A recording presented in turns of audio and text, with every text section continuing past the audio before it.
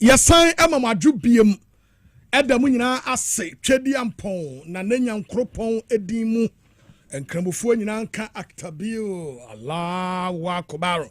And anyway, and so do I answer Aka and Yadi Somo Senon Siabrim Kasiebo, Ewa Power FM, any TV SYZ so. Radio SYZ 93.1 Kasiebo, and I'm sure Yenina Yakabo Moa Yetwa Petia Farm from Mama this year, Manya Bieti, Ewa teacher in the bench. Near Kamasa Vota Power 94.1 Ewoho Global FM 105.1 and so Ewoho Sharp 106.0 Takrade and Sroma 92.1 Ewan Kran Kwanta Buam FM 88.7 Wajasa Kind Dinyame 107.7 was Sampa Nananum 92.5 Ewa Ahafugoso West End Radio 100.3 Ewa Elembele KFM 92.12 Pazengrigi FM 103.7 Waboli Rich 98.7 was Sinfo Suhai Radio 103.1 Ewa Betim Oti Radio 101.5 Ewa Dambai Wimpan Sampa Win FM 106.5 Ewa Pusiga Bono FM 107.5 Ushinyane Sunset Radio Ewa Sehuyoso Nyansapai 89.9 our Shama Gateway 98.1 our Kwanta South Ena Anapoa FM 105.1 our Afrikanse Wami na kutamni ya de Kasiebo yi de esomwone ya kam sa kwa manonia Apple 68 our Virginia Dice Radio Italy Adam Fopa Radio Paris France G Live Radio our UK OPD Radio our UK Loud Silence TV our US and Ghana Kasiebo na mswa this year mo ehwebie tiebie ede afaso na ensem ya yede esomo enei de edi mu akote no bini ene o my Ghana ye ne UK ban no akontiase apami fak ekwan ye befa so a ye ka ene ne ye ka ho ye besi hu gina ye nam so bi ama Dr. Kasiela to force wakasa ede afa ho na emrantie bi a wo mo de bank sika kra bia ketenkete yo mo ede so ade hunu se ho no mbebo kro no aprosifo kire se wo mati mudu for manta muswa for so ne wode to na de hye nim so wo nya botre esanse enche kra wo mo so DVL atnaye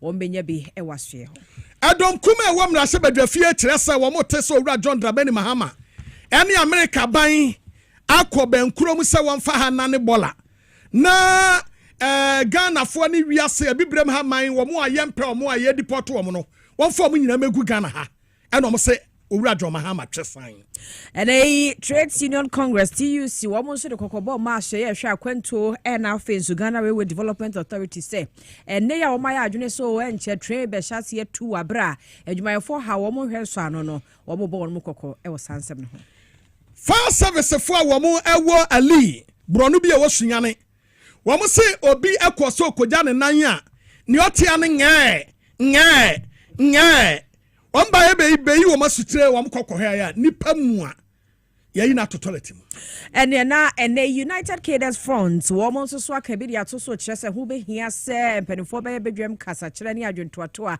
na bo se de be ya galamse ye ma no hom ne so ne betumi ahwa so ano Concerned Drivers Association the driver for kabom kwa do wo Ghana ha e kire se Professor Frempombo atten document we Enkrofo no mudi wo mu nyina owura John Dramani Mahama onfo mo nkokko tunkodi wo masem adesma man sam ne do so bebre ena nwumre ya bo ano ide somo se no si abremu akan Kasiebo nwumako bi adama ena wonom ebo ye chidom yemfa sedama Solak Natural Clinic wo me atena ya wo bo ami apom de ho nsema konkan Little George kwa mesha kwa plus wo de abadwama so ukọ ho abenya biato let's talk for same fa ba we de abosumi nsia de confiance na Brian tete no na onyini me kendi ni papa specialist eba de ene hepatitis BCA se obo homoden na ukofa bi dia wo mo so bebo mo homoden na wo maboa eto ase krade ma mega cash lucky box ho yesika puduo na utwa ubedi entifa ho hwembe haxa mesha na capsules so boa mo bi a all set no no ase eto ene Ruta Natural Product we dwama so malaria typhoid hawa wedro ene Ruta Natural Product 3P garlic mesha the best garlic mesha we dwama so ye comfort mo bi a na se tataye na nsa ne na ye ntichichi Osta Creole so one sasi de ye manso na so ne border form and nti brane bejo de medimosis so oboama September mo e mema masesemu prostate ha wo a wo maboa so no kama edi amount and afi mensa ka promo ye no so gina mo dendenden ya enya asem keto Spanish garlic mixture and the capsules so e wo abusua kan form say no bi na ebeboa makesem so ni nyina etumi aba from MTN free after one extra no emu edepa and nti fa ho shembi na eboa onwumako yi afoforo bi batato mu nyina ebo ekidoma nwumre e we Kasiebo emu yanya wote yanka ene edai eyeme okumangra di wanf oheneba boama benye mene ama poma checheku afei ensam nchiremu ni na enkomo no de ma ne yede ene se Ghana aprosifo e kire se wamo abeboa ama awurikasem ase atu deku e de free oman Ghana mu IGP Christian Teteho no obeba no ne botai ne nani suade hunu yi ode baaye no se prosi adwuma ni mu wabama asomdue akosoma animonyam esan aba prosi adwuma ne ho ena de tosum ye no yantemamufo no so obebo ye ho ban sade ye bayira kroforemfo a wase woma yenya ahoto ewo kro Ghana mu no wobetu omo so sa am ye ho atoyen na adesie bia na wo mu ewo enkro embi te se Asante mantem emfimfi mantem ena bunu mantem ahinkro eye sunyane no am Roberts eye na dwen se rural banks ahodo yi e wo ho no ho na cash no aba bebo apeso eti won be ko ho no makwa awade all the time ene am Roberts iti ho na wo mu enchere cash ma no mpeso mu penti town redder na omabawura rural bank ni biemu na wo makwa kwasisa sike wo ho nyina na omaba betu bi agukrum ene wo mu atere papa efri damparia penso eba nyina na wabra owura Christian Teteho nu ebaye no ene wo se dabida saade yi won koda so obeye no atu ase eti wo hyase ede hwehwe ede gu na kwam na enumu na brantie ba akwa efre no akwasi agei wo onim kro no bo papa ene yese kwasi agei gina ho na wo robo banka wo beka se ye movie no mu shutu wo gina ho na okwa adokro no keke kwasi agei o mate no afei David Obobi wono so killer en waye no ho bank ene ye ugina ho na hunu a utu se akoe wo be robo na kwa Samuel akwasi Jan wono so enim robe wo bank pa ene ye desperado wotumi dress wo ba nyina robo ono so aprosifo adoa no ena kwabro usu ansa wono de wotumi dress te sa kokrakra no wote bank ho oba robo musese ya na IGP Christian Teteho ni kire se wo mate wo mo na baako ye friend kwabro usu ansa ne de onu adwane am ye hwe nkra yi hu no na IGP Christian Teteho no jemre ene ye twetwe nkomo e ka asem we de kire. We are delighted to share with you a major, massive breakthrough in the service has made in our fight against violent crimes, specifically armed robbery. The operation over the past year, the service recorded a number of robberies targeting financial institutions, particularly rural banks. My team and I, after analyzing these robberies, observed a similar pattern. We immediately got to work. After painstaking investigations, working with credible informants, analyzing available data, surveillance across several regions, we launched a targeted operation to arrest these criminal elements. This operation took us to the Ahafo, the Western, the Central, Eastern, and Ashanti region. I'm delighted to announce that we have successfully dismantled the gang behind all these robberies. So far, we have successfully arrested 10 suspects, 3 other suspects were shot dead in the course of the operation during a shootout with the police. Aye, and sama owura IGP Christian Tete honu wade etu dwane no wete no. NCID Penny Lydia Yakodonko. Wono so edi tu dwa se no kwasem. Aprosifo ete wo mo no. Na etuo ankasa gugugugugu no. Makumako edunsia 16. Ya ebikra AK47 na sefo. Womo retrieve ye. Ena what say tuo no bikra ho ya prosifo dia. Ena am robesi ebobobo prosifo tuo kun womo no. Womo tase ye. Eti weapons so de na womu ekura bi pa etu aboba nso de ne bebrebe ene sika ene nuoma bebre ka ho eno nso womu agi ni nyina. On the 10th of April 2025 at about 1 a.m., this gang attacked and robbed the ADB Rural Bank at Fomina and made away with an undisclosed amount of money and 2 pump-action guns belonging to the security men on duty. The gang scaled the bank wall, tied up the security men, and cut the security door with an industrial electric cutting machine before gaining access into the bank's vaults. On 23rd April 2025 at 4 a.m., the same gang armed with pump-action guns attacked and robbed the Lower Pra Rural Bank at Takrade in Chaban. The robbers broke into the bank and used an industrial electric cutter to cut the bank's vaults and made away with the money in the vaults. In addition, investigation has been able to confirm that some of the suspects were present at the various crime scenes around the time these robberies occurred. Also, during an identification parade, some of the suspects were positively identified by some victims of the robbery. Additionally, some of the exhibits, including the AK-47 rifles, some of the pump-action guns, and mobile phones, have also been positively identified. Investigation is still ongoing. All the suspects are in custody and will be put before court while efforts are intensified to get those at large arrested. Na enwati no ena Lydia Yakodonko. CID Penny o Ghana ha edi tu dwa se. Am Robert ya moya madwen se mo de kurom ha mo me nda ma ye nya asomdwe no. Mo nkoso na mu ni bone no. Wo de wo sori na wunya tu a enya wadwen se wo beja robbery no. Wo de move ahead. Ye robbery. Wo de wo pekura Bank of Ghana storm ho. Kwana kobokro no no. No mo prosifo nso ejina ntentenwa ye bedua ukunya ni enya do bade a ene waso be ye hye papa pentibone a moya mwadwo sembedie no ema munyai monkoso na monye na prosifo so wo ho atwen mo yo mbete mo.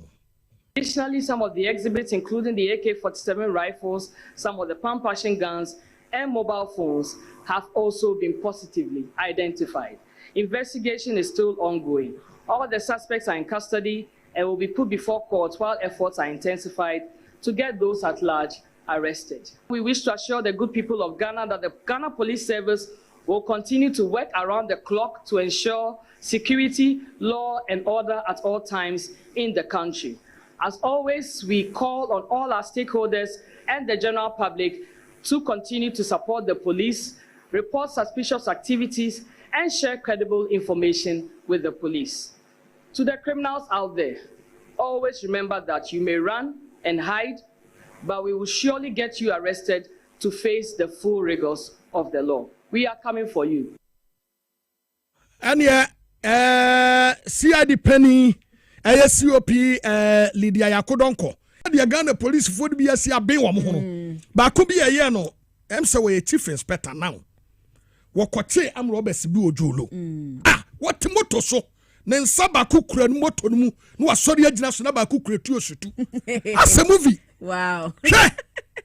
Me see the way ya na uhunu a wonwa pi sa short guy bi. Na prosi ni pa ho kona wogina ha utumi hwe na nima me see ya hwe ni me yenu o. Ada mi hunu mani bon na nima pe na mi yi mani. Oso kuman gram say oh yes a boss. Oso mi police ni na o ka chem so ye prosi ni kura na still na me doubt. Also me police. Police ni a wo hwe na ni ba ko na wayi wani atonchen. To say yes akwai boni woni trim. Eti am Robertson mo nam ho so na mbete mo wate. Ama mo nware no mbete mo.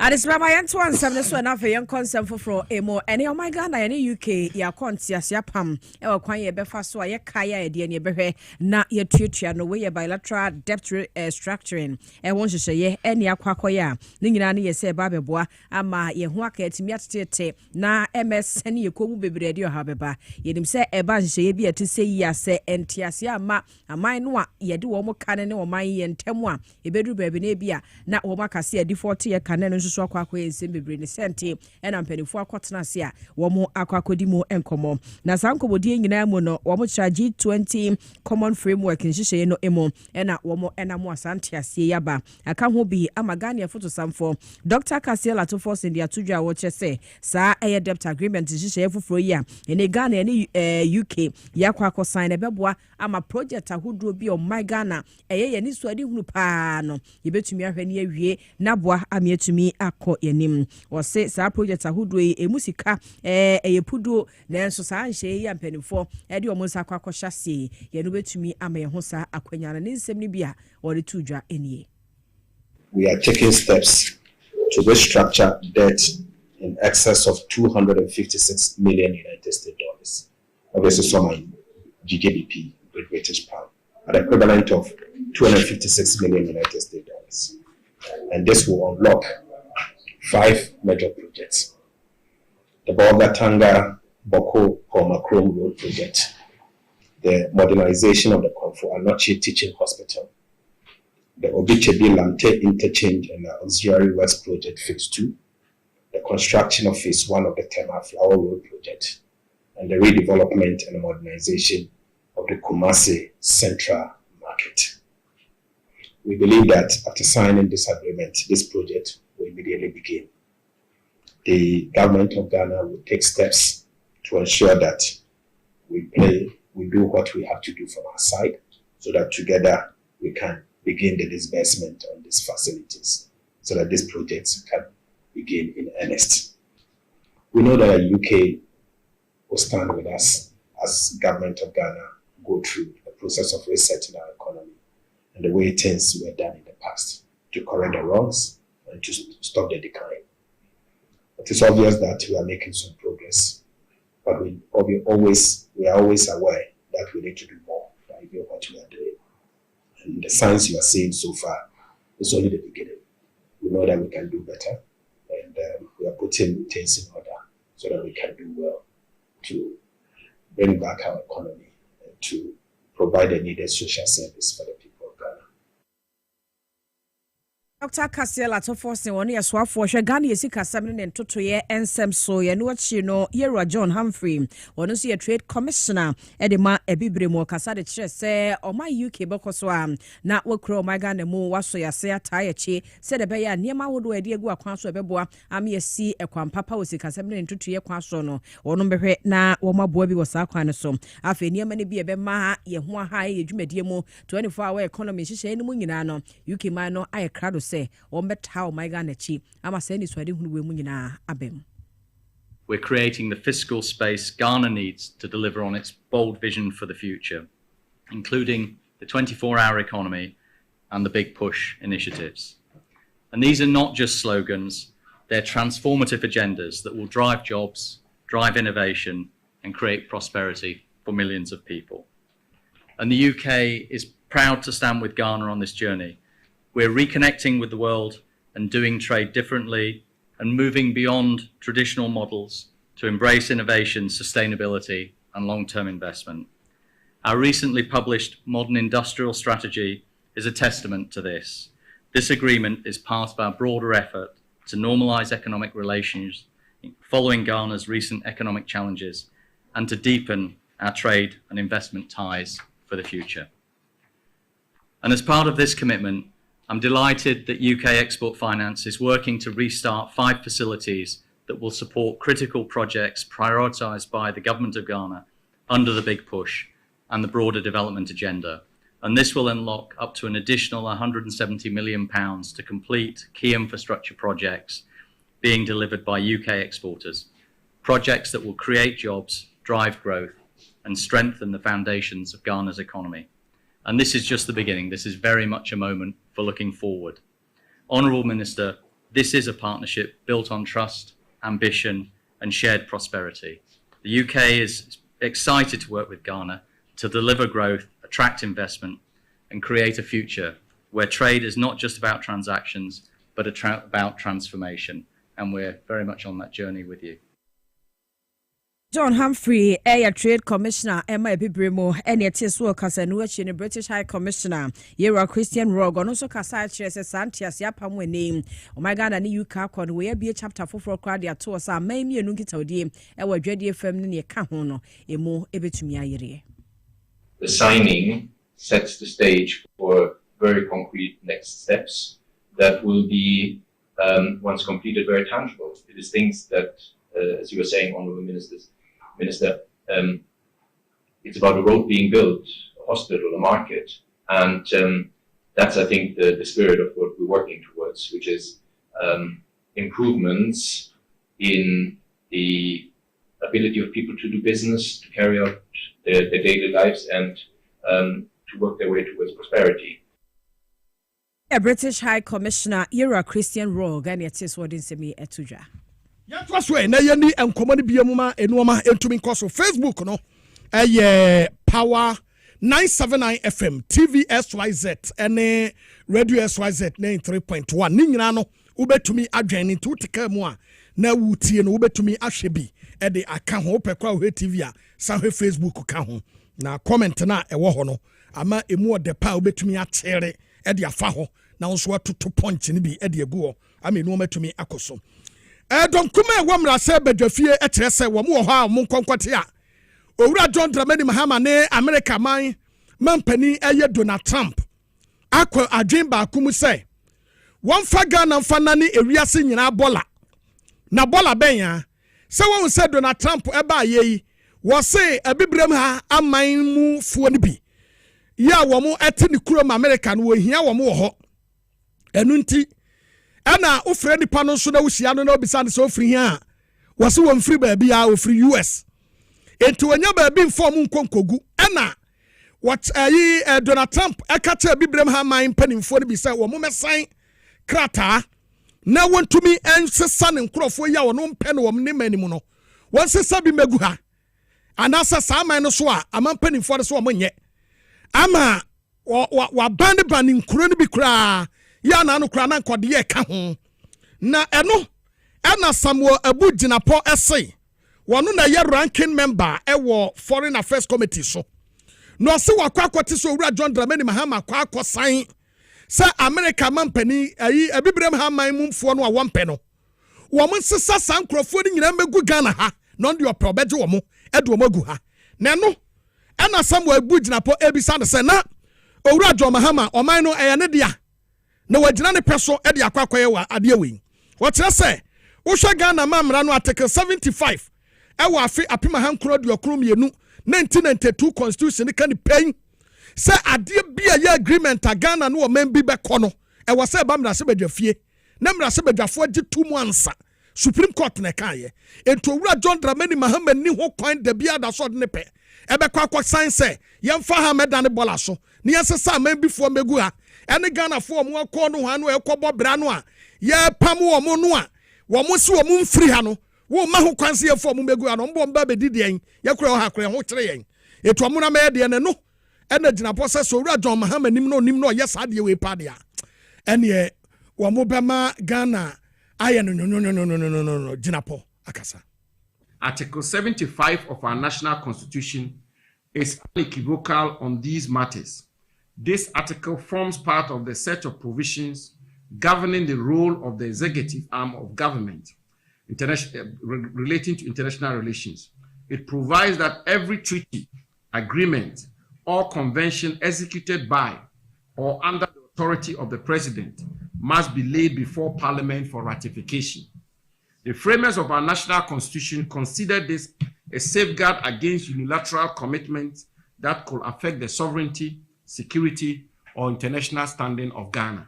The decision to serve as a receiving point for West African deportees against their wishes with emphasis from the United States risk our country being perceived as aligning itself with the United States government's current immigration enforcement regime, one which has been criticized as harsh and discriminatory.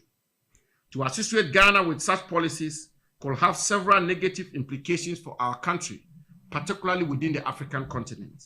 We therefore reiterate our call on the government to suspend with immediate effect the unconstitutional implementation of this agreement until Parliament has duly exercised its constitutional mandate to scrutinize same and ratify it or otherwise. We further urge government to provide full clarity on the processes, safeguards, and other broader implications associated with receiving these deportees, including the measures, if any, that have been taken to protect Ghana's security interests, Ghana's foreign policy, and the Gaza conflict. Why ayan Samuel Abu Jinapoye ranking member our Foreign Affairs Committee so what they atuja na sansemi yen na ho ye be wurawuram ne yahwe se eye no kore ana se enye no kora ura John Dramani Mahama so etukwan me wo gidie se oba sansemi emu nkyiremu ankasa so no ebeba yeto aso Yentu aso na afe yenko yenim so afo ya wono ena hafomanta mo wo ho charity gardener ene woni ade hye tituni adroba fo ya wo mo ewa sutifin no fe ne south asia ya wo madidi nkomo ade ahwe wo masetinem ne kwan ni bi aban ne betumi afaso aboa ama wo makoya adroba fo no wo masetinem ebeko yie ne no ena wo mo twe adwedi asiso se kamia kwese ya adroba fo ya wo sa apomu ne wo mo bre pa se bia wo so bi enya driver's license ana bibi etesa na eboa magna kobedi hu nsem contemporary also ko yie no ya ne ho asema kwa ebebe won na anyina so amene ma charity gardener e de ato wo manim se encha enkoduru afia wie de ogide mapasa ya sutifi no ne south no wo mo ebenya DVL atran ne bi ye no beboa wo no mo se de be ya wo mo ntwa kwan mesunwan anaso kra go so anaso miamia hodo ansana driver's license no wo mo ababenya bi de ba bi ekoso e wo Kenya ase e ho e no ne adrobafo e ne ade hye wo hia ya wo mo de sa ha we beto nanim a wogina so a wo de sa bo hye wode eba na sede wo cheche ne nsem ne mo bi eni eposi ebenya license e dia mamo a gisa moko bebi na makopre moto mo ni tu okada process ko a mo faso na no so ya de fofo isa na no madama ye gina ha kase ansa na afu e be kwa wie ye no ni e de DVL e dia best certificate ama mo so mo atom sede ebe ya mo pese nya license ya mo nkonkobre eno ye district die ye we so ye the passport office ye the bogo so ye ya mfoka enko sunwane abusafo mesimi nya hwekura kakra ye de beka sa charity ba ye oni ni timba ye de boa ye de nyame adom ni mpa bo ye be ye ne de aboa Man time so for what have for my charity gardener and yet so kasa no chi no mra shebedwani ya wo soma de hye wo certificate of abaton peso so Dr. Ebenezer Kwaku ado no so kan be to so ya wo kire se wono de obehwe amampuntu esefata sa de hye wo mo ne peso so wo nsa beka no obeboa bi ama wo mo nso nsa kade hia ese wo beta na chi no mata aban no wote adwa so chi na se de so de hu no nyina atumi abamu peste ye bibi man dance wo certificate of anonte Yesu sem ya kwan sem ya hu ne die sem de mu hu bi wa sutifi no of da no enche mu be hu bi na megina ha no ma hya mo bo se ya ma me mu amode aduane firi go mu eba Kenya ase beton enkopem se emfie na ya amode ahya yen san be so no Kenya ase number 2 eko go mu no ne agusukota ya tu anama na du akire enti ye bo hya me de hye mo Shebedwani a wo certificate of mensini no anasa abaton peso no so ye Ebenezer Kwaku ado e de ateso de sa ensemwe eto etwa na asembia si ewo kobronu bi a yefre no Ali ya ewo suhum ekuro no so na suhum ha bronu a yefre no Ali no ena fire service force wo mo ho ahomate wabra abobe no nsia empa mu ho baabi ena kobi ebaye na eba negusu a eba na wonipa no efre yepe and was say hello and was say yes fire service for ni no say an no say bomba la trim bi a wo Ali ha no me kwose me kojaminan me koya me hu yie me koto so ape ne mete anen nga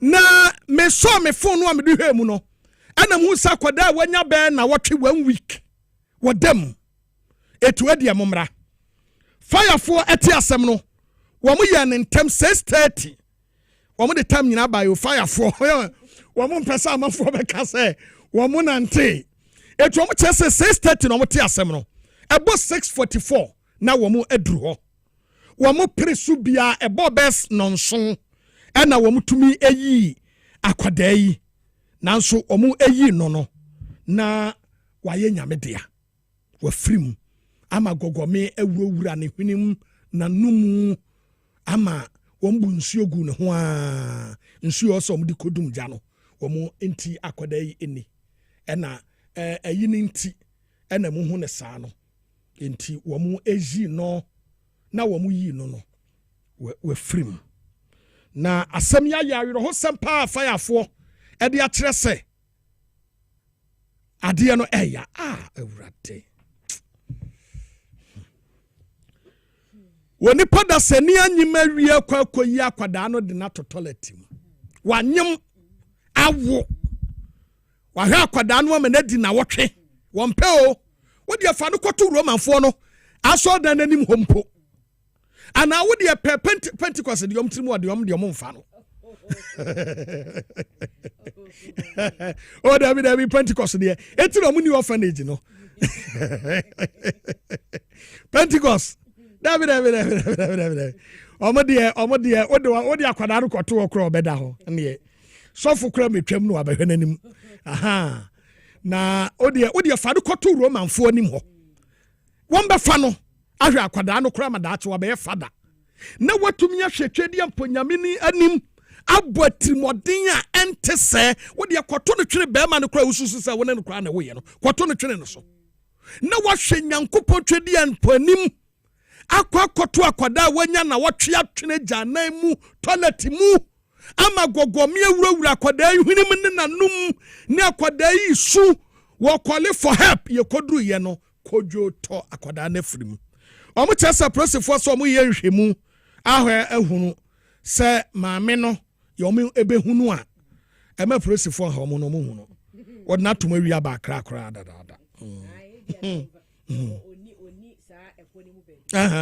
sa de be de but o podi mu a e de ya but ya de so awon se boni nsuma ohene nti se tie bia no ya besra kwada no saman se ohunu a girl no won su ha de sa obekata na ni bia no jina ne so na wo sugu na sum nge Oman sleepless night. I know. Any sleepless night. Day nyina fanka. Day nyina. Be obe fa bia. Onyine gyina na ni so saa no no amfa no nkoma positive. Oh, obaitrimus. Because ohine na for mo. Abosome nkono. Emu pressure ni mu ne obekomu no nya sem ketwa. Watumi anyima wie. Wo hawei wafam. Atim na atwam ko. But ya na asem awu achi so ohine ya na nsem wo ho.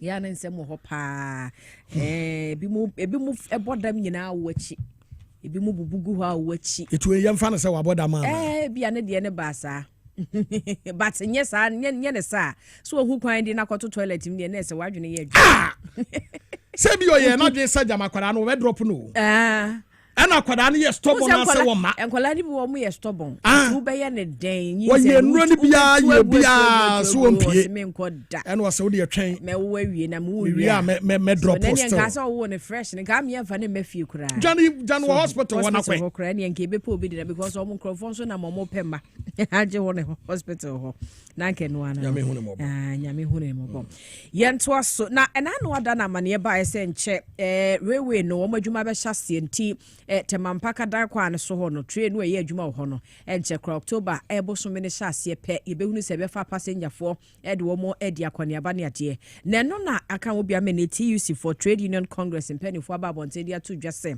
yentumi nhye se adwuma na se wabra adwuma ye fo be sa afini wo maketua yemfa ma wo ma wo adwuma yesem kra ne manko yie na na wo betwe abaya dwe si suma abaya ne se wo behwe nwasem na wo mu aka wo ntehwe eno ntinya ade a wo no be ma ho kwan ami abehye adwuma na se wa abere adwumayefo no ombe se adwuma no ano wo mo nwinwi anaso wo mo esum panimpa ya wo no na wo ye general secretary general edema TUC Yewura Joshua Nsa ene ezadwofo nkita odie ya wo mo ye yase wo mo di koja bo wo mo tie ni wo mo nsa ene wo tentes kwakwo kire transport ministry ene afisu Ghana Railway Development Authority ne se wo mo nye bibi mfa adwumayefo wo mo sikasem no marketua ho ansa na wo madwene se wo mbema eye train no edi dwuma e wo temampaka dan potem ho ne nsem ni bia wo de to dwane 12 solid months since the workers of the company were paid. Just imagine the situation of a worker and their families in today's Ghana without a salary for 12 calendar months. The Trades Union Congress, TUC Ghana, and the Railways Workers Union of Ghana, one of our foremost affiliates, have worked tirelessly to get government to intervene and to get the workers paid. We have written letters and we have engaged government at the highest level. We know the Ghana Railway Company is struggling because of deteriorating infrastructure, which has crippled its haulage business. But we also know that government has strangely withdrawn its support to the company. The withdrawal of government support is strange to us because the TUC considers the railway sector as critical for national development. And we have continued to urge government to prioritize investments into the sector. The need for such investment has never been in doubt, and we will continue to pressure government for that investment into the railways sector. For those of you who have had the opportunity to travel abroad, just consider how cities like London and New York could function without railways. And Geneva. Most likely, such cities will grind to a halt without the railways. Ladies and gentlemen, even as we wait for that crucial investment, we need to address the pressing problem: workers not being paid for a whole year. Life has become difficult and impossible for the workers. And we are demanding that government act decisively and urgently to get the workers paid. The TUC and its affiliates will no longer settle for assurances. We have had enough of them already. The Ghana Railway Workers Union has issued a strike notice to its employers and the people of Ghana. The strike will begin on September 30th, 2025. While the TUC fully backs the intended strike action, we are also urging government to settle the salary arrears of the workers to avert the strike before 30th of September. For Secretary General Edema TUC Joshua Nsani Teso de Sansemi to Joannes and Jofo Nshemo Yase. Na yamongro mani yankonkwadi sankomo yi e wo ha Professor Frimpong Boateng. Wabra any PP amanyokuo no e wo abanwa so no. Prof the krata bi the bayard the 36 pages document any. Na wode nsama hodo bebre the tudwa e wo mu. No bobo din ahodo nso e wo mu asa din ahodo no oboye no. Ene ehon nsem no ne nyina no Captain Koda mu nyina din e wo ha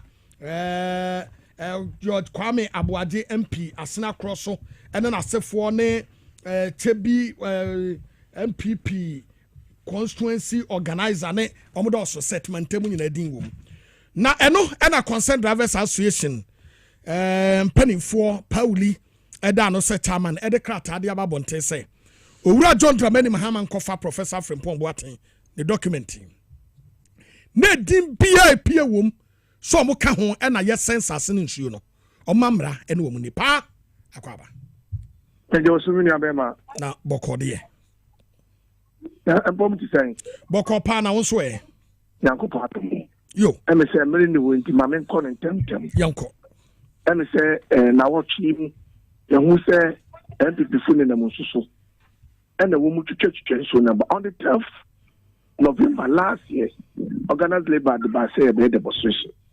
Said demonstration man and one better demonstration. Now Mubakaya then Papa could figure the statement by Montese. Embra na central region. A doctor and nurse forecast that the sooner Bruno Saban and Tuna Mona woman in a big and everyone. Only the statement about Montese cast who are over demonstration.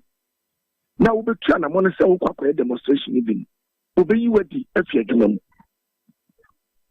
na tinkoda se Ghana yepe dua ama na bua boye na enye kwa befe MPP a nane nansenya wo fi aben mu a wo leader aye papa ba wo ya eba bonte be pa ele chew se ensu na wo mane dane ya apeche no opa ele chew ya fo mfumu so nchen na se di pakro ya da no wo hintabi achi akogire ensu se yan hwese ne ensu na ye yan pene tutu yan pene kasa bebre yes professor Trampon Boatin as you no koye no de baye no yes they yan papa jo mama sad no shim no bibiara wa yan fumuso wo mu no bi gidi sase wo mu twese ankofu na so a galamse ni be kofem e bi se ye ba yan wo se papa jo mama ayan to kia se bi ogusu se opese ma galamse ni tutakura na so se ankofu we pese wo di etumirika na ni o ye ni nyina digu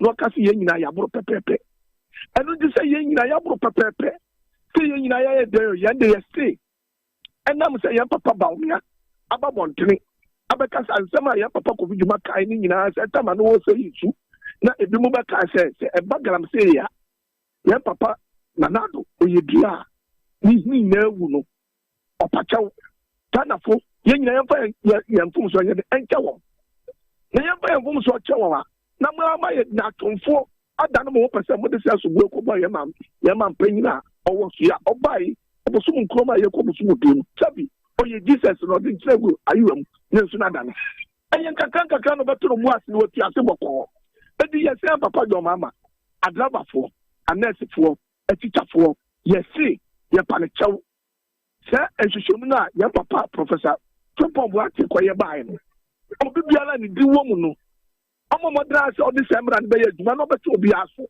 ye de ye ka kire no se wanye na se nkofu ikoso etutuatu Ghana faso a ye na nkasa drabafo ye baba bebisa petition no wo ya hwehwem ye hwehwem obi a nfum so ya nfum so obi a ne be kokop na brani na di because omano enyi se ne ya kire oman se wasa ya be na obi ababo so menkron na so ni pa na otutu ne ma pa na masa ye ka no kura pa Ghana pa gold kura woto na ye be de ne hu ba bi esika ne fa azu wo mutimu ba busum ya za busum na no ma be ka kire se o man ye gold from ye nya ni and then ye station adaba flat is ejadu flat market kura etimi hu se esi se ya papa to mama ene ni minister ene ye nu ekuma sabi je fiduma wo mudi ye nyina ye te enti obi a wase yesu 8 years ye ma o man penyin na 8 years odina kunya kratos na wi akire na nkofu na epise yesu ye bi sa last year hini ye papa jo mama ba odi mama fo endi ye na sem tia wa ne se professor Trampon Boatin ehwehwem no ye no ye papa jo mama wetu kwano ba concept pan na hwehwem obi a wa ye fo so obi a no tina so ba wo tina so a obi o ye bi bi so because nkwala no ogu nsu na no tikana kasa wo krom panyinfo na diskane ko no wo ye se ne ma na se ye to ma so a me nyini se nsuo no ebe ko so ai se no ye ya papa bai wo mo tam na ya techo na ya teche na se de pro nsuo na tie ye hunu so se twem edi ye wo gidi se ke ko si afia wie ko na fi e ko mfi mienu akiri nsuo na ni kura betai ama ye hunu ni petitu a we mu na ye se adwuma we se bibi ba abane no won be die na nye se wo na se ye ofi na wa se yinsu na wa da no ho Mesi say eba ne sana ye wo station na driver for ani yesre won na wo de wo koso nya sa no no be Ghana for because ye catholic party e ye people and feli yo mate feli galam say no yo no man penye jo mama de papa won ye it so what the body yesre won say e mu people na wo dia people ati dia why no dia bufu eba ma Ghana for akwa kwachiri na ne wo koso sa wo ye no ye ma Ghana for akuma tom ye Memo Professor Trampon Boatin na semene de enya to ye hwe wani mu fiabroche ba pa na woche ma mo call paper no pamra wani e tu ni pamo mo so bia wa yefo so bia emfa no ho nchen asemtia wa ye wo ka ye da se papa ye da se pa bibia ni a ye be sa ba nchen ye da se yo adofo we ye concerned drivers association pani a woda no pa woli e na ya tene kan ye nyina so e na ye nye aboafo nkrato tawu na ye mra ye ba ene Dr. Atosapon honorable ene walante ADB na enuoma bi ewo mu yebedi nkomo no yeba isia.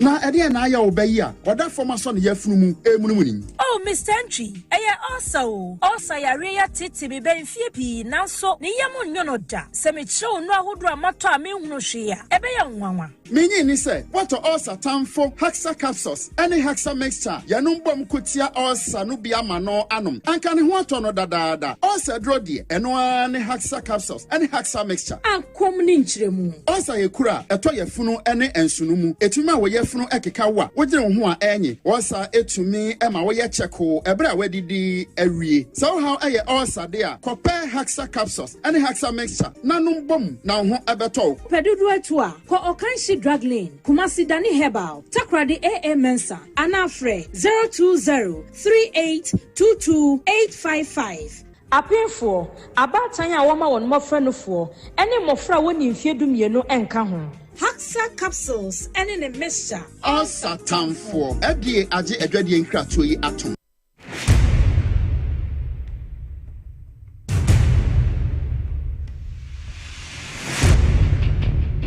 The average human body mass should have at least 60% water for optimal performance in any physical or mental exercise.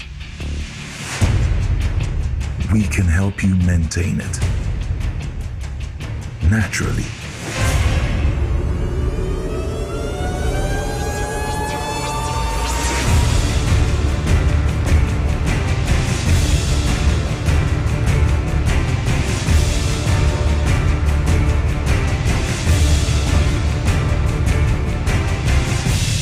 X Natural Mineral Water. Simply natural. For bulk purchase, call 0596 273 546 or 0596 273 547. This advert is FDA approved.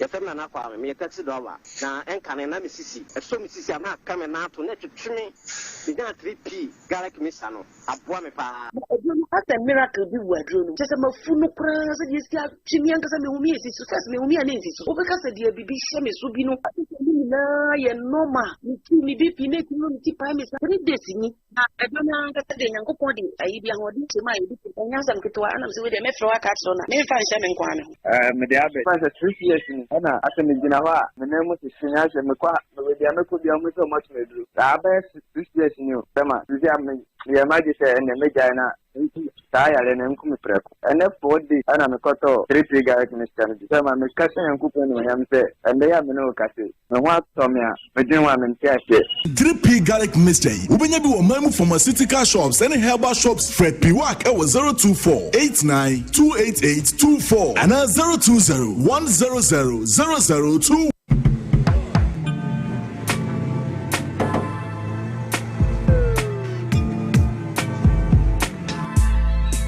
Welcome to AutoCheck Vehicle Diagnostic and Licensing Center.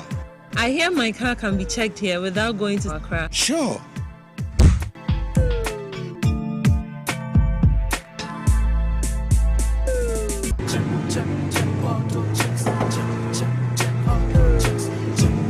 Emission, check. Alignment, check.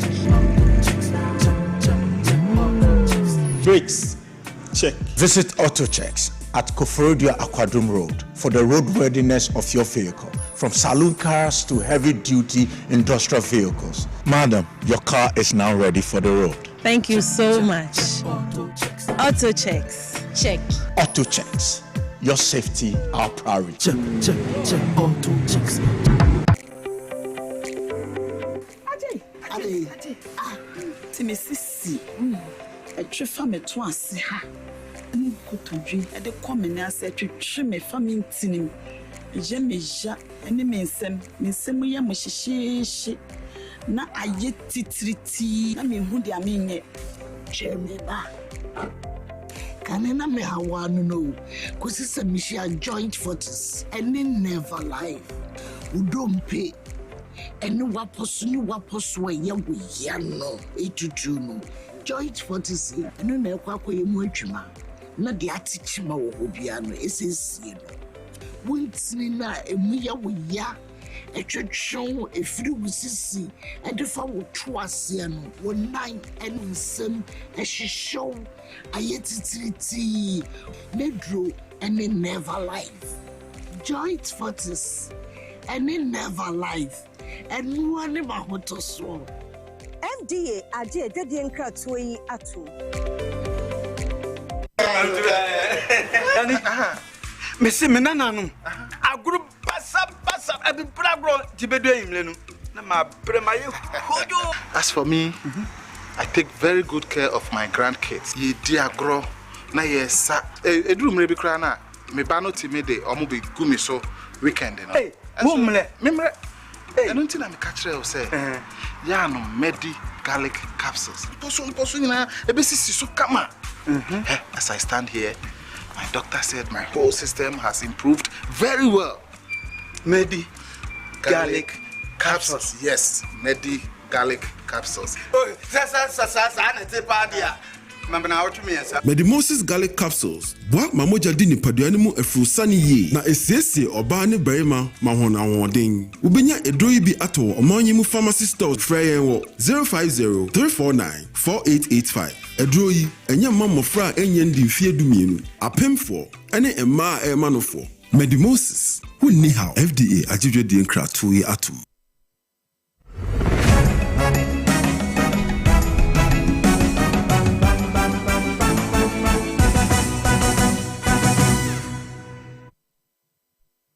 Abana yentoa ensemi eso. Agric anase Agriculture Development Bank ADB ede esiho ya womo apa womo emfrisia aduasan wotwe ya sikakrabia ebaye no womo apa hontoma. Managing Director Edma ADB Bank no Dr. Edward Ato Sapon honorable. Ene wakasa wo dwumadi na se na yentie nsema wode toja. Currently, our deposit is somewhere in the region of 10 to 11 billion. And our objective is to put in strategies, mechanism, and the right infrastructure to be able to mobilize about 35 billion in deposits. So the one represents 100 million, 3 represent being among the top 3, and then the 35 represents 35 billion in deposit. But the one also is important for the fact that we want to deliver 1 billion also in profit. This is a bank that historically has been doing losses, churning out losses year in, year out. And our objective is to move from a loss mentality to a profit mentality, but not just a profit mentality, but 1 billion Ghana cedis in profit. So over the past 2-3 months, we've been able to change the mindset and the orientation of all the team members, all staff. We have about 1,500 people employed by the bank, and we are all focused. But 1st January 2026, we'll start and be taking the steps towards delivering 1 billion in profit, 100 million of our costs, working towards being among the top 3 banks in Ghana, and generating in excess of 35 billion in deposit. Dr. Edward Ato Sapon na asama wade atudwa say obe make sure say ADB ebeka top 3 banks ho e Ghana ha no obe esan say wabra o started Power FM oma 5 years say or the Power ebeba be the leading radio station in Ghana within a year. Now we hit Power FM to that target already.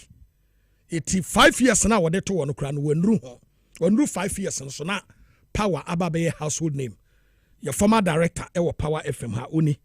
Na was say social sikakrabia no sikakrabia afibia no wamo eboka no wamo spending 100 million operational cost was what twem. We year free ho. Sa operational cost of 100 million no we twem ten etiam babiem. If you be make sure so betumi enya profit of 11 to 35 billion ya eno no beboa masikakrabia no etumi agina na so na sasemi mu no na botaman edema ADB Orakenet Kwamna Thompson enso ekasai odwumadi nas Performing loans is, yes, it's an issue. But they say if you do the same thing and expect different results, you are mad. And we're doing things that are completely different to make sure that we collect the loans. Because collecting the loans is critical for the bank going forward. And over the last few months, the staff have been energized. We are taking different approaches. We are meeting debtors. We are renegotiating. We are making sure that we are at the top of the debtors' priority list.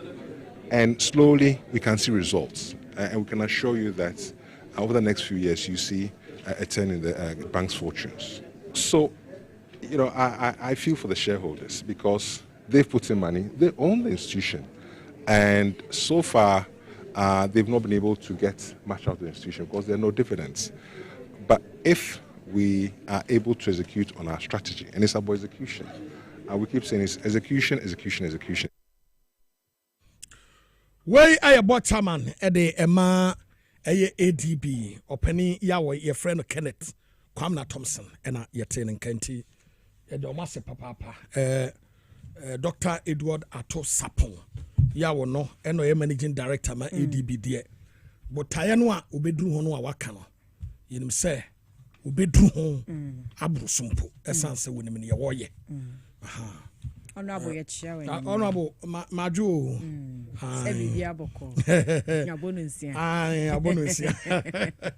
Inti honorable ya invite you fina yaba yache. Honorable Atosapo. Oh, he's a very good man. Oh, yes. Say, oh, manage you no one ye na onye. Oh, yes. Honorable Nyamishra no count. Asida emuodro yadema Solak Natural Clinica. Womo eka ho ena woma so Kasiebo mu ayede esomo. Na Solak si amfantum anim se ya awo ena ho aye woden wo kidney ena wo problem e wo ho. Wo liver ena wo problem wo ho. Fabra na onso mu ma enije sonko entumi emra. Solak Natural Clinic ena okura abodini no a kidney ne liver otu ase de kudiku ema onto eba obi bia woni Solak adi dwuma bia no enimde se Solak de ogira brane enkra ha okokomlemle wo ben Harvard Senior High School no obetumi ne di nsa so 0553 932631 0553 932631 Solak no Little George Health Shop aduro bia wo hwehwe no wanantie chi na wo pebie na wunya bie no wada Roma omene no ebedi nsawoso na manije sonko etumi abanti wo dia no say woni Solak ebedi nsawoso a obeboa mu wanije awie peye papa Solak rade Solak beboa manije etumi aba em say akoema you confuse no mesia Little George Health Shop enro ya wo hwehwe bia no wada Roma ubowura ubenya bi ninro ya kama aduro bia wo hwehwe bia no ubenya bi e wona kache iti Little George or Tema Community 5 was a PV or be run about any previous afternoon temwa o friend was 0243 140 213 or Johnson 0243 140 213.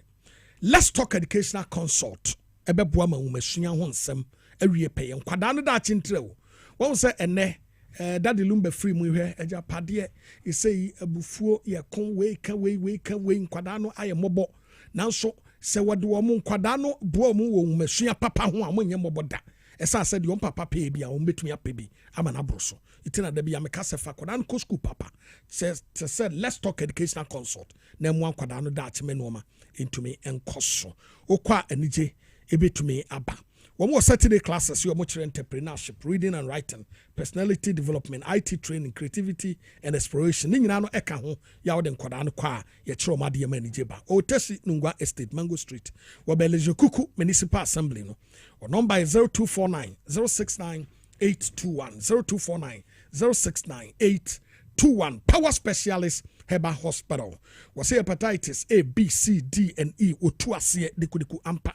Wajen wa word bebre Ghana ni abrochire nyina no wagye award sɛ wɔno na hepatitis wotu ase ade free ho adeɛ baako bi mu ɔde abɛbɔ ne bɛɛma ne bɛɛma ayɛ kodwotɔ na entumi nsɔre na nimguase aka no na da bia wɔtsi bia ba wɔnom nsa wɔse bra ɔwaduro hɔ gyirikagiri wɔde bɛboa wo ama wɔgyina so no ama hebate mixture so ama wɔde boost to immune system no na wɔtumi agyina so na wurawura yafrɛ mi wura adaroma wɔwɔ Pokuase ACP kwantempɔ no so power bus stop Kumasi Feyiase Lake Road Aduaya Junction ɛna Takrade Anaji Estate wɔba Hantama Rural Bank no uduru nso a onsa ebeka no kɔ na wone no enkodi nsa so enema anije emra baabi eto aduro bia nso no benya gyirikagiri emema aduro ibi anom ama woni agye frɛ no 0200 38 38 31 0200 38 38 31 Mami can't tell say when they bake tonight, yes, cafe go bottom.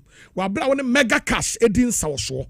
What the other say, Obedali star 426 star 5 hash. Mega cash. Ubenya boxes, Makumako Insia selected back one your best. Na dear tree and one on when you ska, Eddie did mega cash.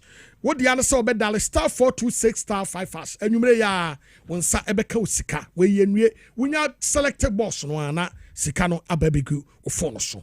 Haxa mixture ene ne capsules eye osa tamfo osa yareboni ntunya haxa mixture ne capsules no a etu osa si deku ema hoto eba wo ye nipa bi a osa ekuro ewo yam aduane to yam ana wo yam wo woni di ye so ana wo yam wo ne nyina osa yade bi die ho eba ade okowie okotwa so hospital wadaroma pe haxa mixture ene ne capsules no nanunum bi ma woni enye eduro no ye ntina mekamfo ama wo yi wo betumi ya from no wagye nkyiremu bia wo 0240 238 310 0240 238 310 Ruta Mesha etu malaria fever se Ruta Titanic etu typhoid fever Ruta life na nesradie ni peduen mu huru mu ema ehu emu eda ho kama Ruta ne duro bia gye nkwa etu betumi ne Dr. Penia Wadano Ruta Natural Products ano atwetwe komo 0244 503443 0244 503443 3P garlic mixture Piwak natural health and wadiaba 100% garlica ye didn't know technology atwimu nsuo no e dia fra process mu na ye dia basenom enti sadro no ahode wom papa ya no ankaja etieye what type of the best garlic mixture ewo internet no so a obehu say 3P ena epie eti wadaroma one no eni sa so Piwak natural health say wo ye nipa bia kese abro so mframa gina wo yam stress ena ekun wo da najo ntumi na body no opese osiesia 3P garlic mixture ye Piwak natural health de aba no waduro friend was 0248 928 824 0248 928 824 Mami kan for Ostek real estate emfa ema Ostek real estate was emfa to anim say nsasepa ne boafu ntibrabe to bi ne na wo kyena wani udokno kwa asie ne scanner down ho no emfa nto ho fakota sase to no kyena mfa so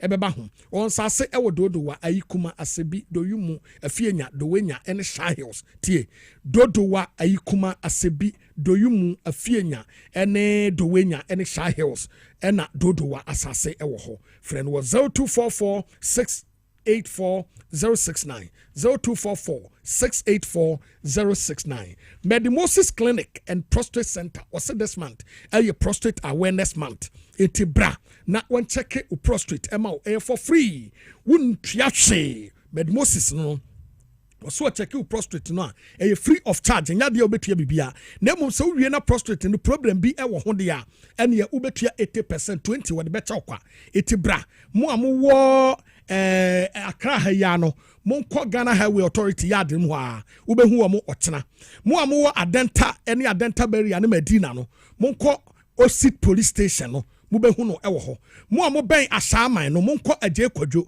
wani school for the deaf wo Kumasi a eha wo ma Accra kwa hene makokoben ubehu Medimosis ewo ho the number is 0244 068 447 0244 068 447 ma menkanfo ema wo say won so obetumi I enjoy cash na mom eno ane so obedale star 274 hash star 274 hash mensaka promo ɛna yɛduru soɔ no wɔsɛm mfa nto anim sɛ jackpot no ɛdam dial star 274 hash na nso betumi adi sika up to 16,000 Ghana cedis. Yes, wobetumi awene na ɛne nyinaa no yɛbɛ draw no on the 3rd of October. 3rd October and a draw no ebekoso eti koso na twa wo de to ho koso na twa until 3rd October ye be hunya mu no wo be se sika no ababotwo wo bia wo twa bibia no wo betumi adi up to 16,000 Ghana cedis into wo de ade say wo no mo ebedi nsa so na bonanza yi wo so ode ho awuram sika beba fie kai se enhyehyɛ kakra ewo SPARNIS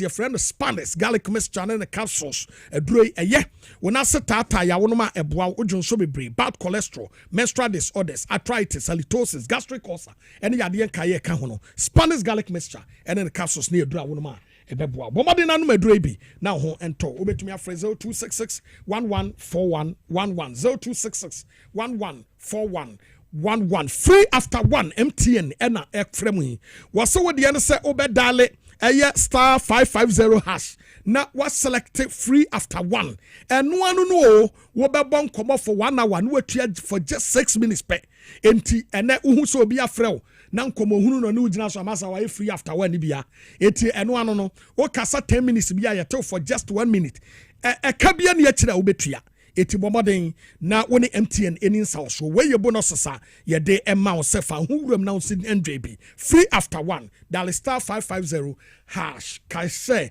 enhyehyɛ kakra ɛwɔ ho Kasiebo yi esi adesima mahani ade ni nyina esi na nwumre ni adam asie se don hwe ba ko ne achiemu ne yetena me somo asere kode ama ye production team ne nyina for fair bia perpetual majority na afen so eye Barbara ne wo mo ka ho nyina ye obo aye wo newsroom e ma ye somo na nwumre MCR Peter Imanete Abbas Sanafi Director Rafa Mina ho mo boabo chidom e wo ho camera crew eye Osofo Prince Willie Enafe edi makeup and Solizite Guadama and watch enim kama aboafo nyina aka ho be e na nwumre ye sommo me de ne amapoma checheku enwumre me ne okumangra di wanf oheneba boama benie ye de mo nyina ase